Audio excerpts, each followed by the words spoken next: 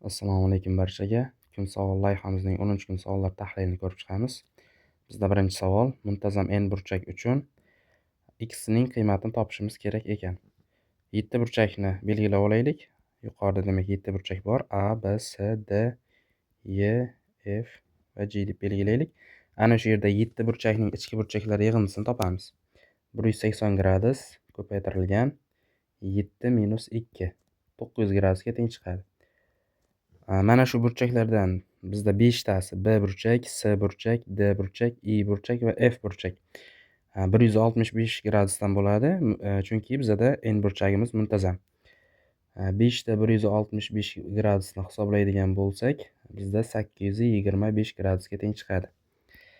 A burchak va G burchakni topamiz endi. A burchak va G burchak topish uchun 900 gradusdan 825 gradusni ayirib tashlaymiz va 2 ga bo'lamiz.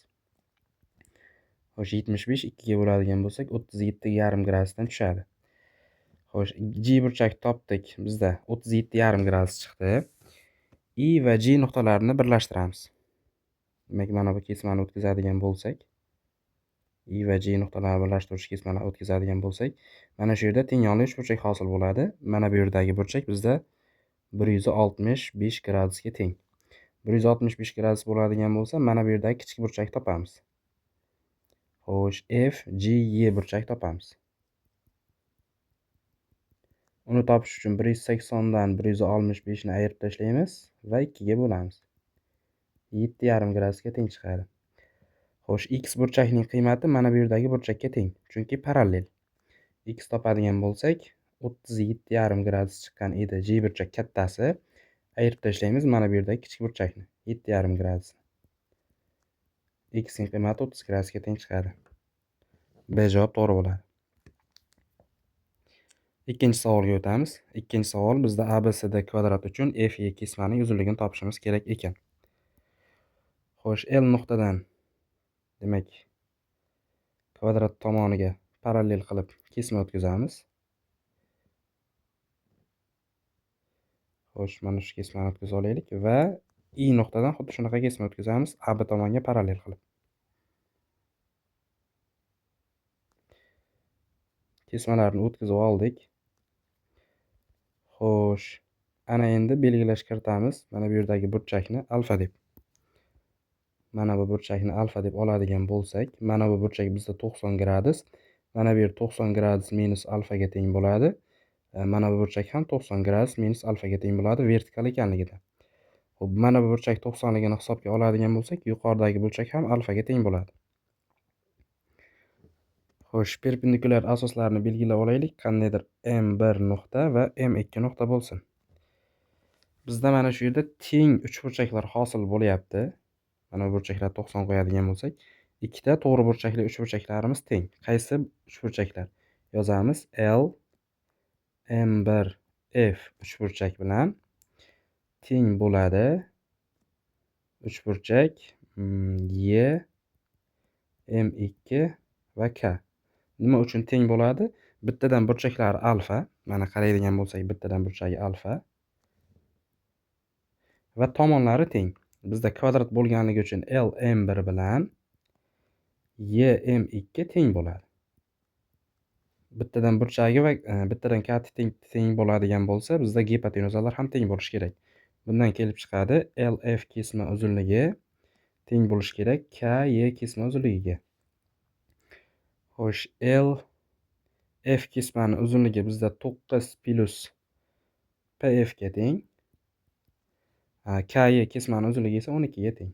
Bundan kelib chiqadi PF kesma uzunligi 3 ga teng ekanligi. Mana bu kesmaning uzunligi 3 ga teng chiqdi. Xo'sh, mana bu yerdagi burchak 90 gradus, bir katetimiz 3 ga teng, ikkinchi katetimiz 4 ga teng. X ning qiymatini topib qo'yamiz. Pifagorga ko'ra, demak bizda x teng 5 ga teng chiqadi. C kalit to'g'ri bo'ladi. Uchinchi savolda mana bu yuza 7A deb berilibdi. Bu yuza 4 ga teng, mana bu yuza esa A ga teng bo'ladigan bo'lsa va CK ning KB ga nisbati 1/3 BK ning K'siga nisbati 1/3 bo'ladigan bo'lsa, parallelogram yuzasini topishimiz kerak ekan. Dastlab parallelogram chizib olaylik.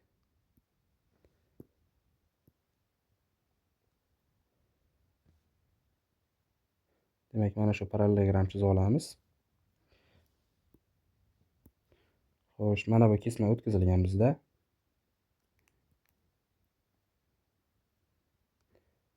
A-yu 3A nisbatda bo'lyapti. Diagonal o'tkazib olamiz. Mana bu yuza bizda A plus 4 ga teng bo'ladi umumiy olganda. Yuqoridagi uchburchak yuzasi esa 3 marta katta bo'ladi. 3A qo'shilgan 12 ga teng bo'ladi. Xo'sh, mana shu ikkita yuzani qo'shadigan bo'lsak, bizda parallelogram yuzining yarmi kelib chiqadi. Demak, parallelogram yuzining yarmi 4A qo'shilgan 16 ga teng. Mana bu yerdagi uchburchakka ham qaraymiz. A, Y, B uchburchak. Mana bu uchburchakka qaraydigan bo'lsak, A, Y, B uchburchak yuzasi ham parallelogram yuzining yarmiga teng. 7A plus 4 ham bizda parallelogram yuzining yarmiga teng. Mana bu 4A plus 16 ham parallelogram yuzining yarmiga teng. Ularni tenglashtirib yuboramiz. 7A plus 4 teng 4A plus 16 ga. Ana shu yerdan A ni topadigan bo'lsak, 12 ni 3 ga bo'lsak 4 ga teng chiqadi. Parallelogram yuzini topib qo'yish uchun, demak, mana bu ifodani hisoblaymiz. S teng 2 karra 7A plus 4. Xo'sh, 28 4 ni qo'shsak 32 chiqadi. 2 ga ko'paytirsak parallelogram yuzasi 64 ga teng bo'ladi. D kalit bizda to'g'ri bo'ladi.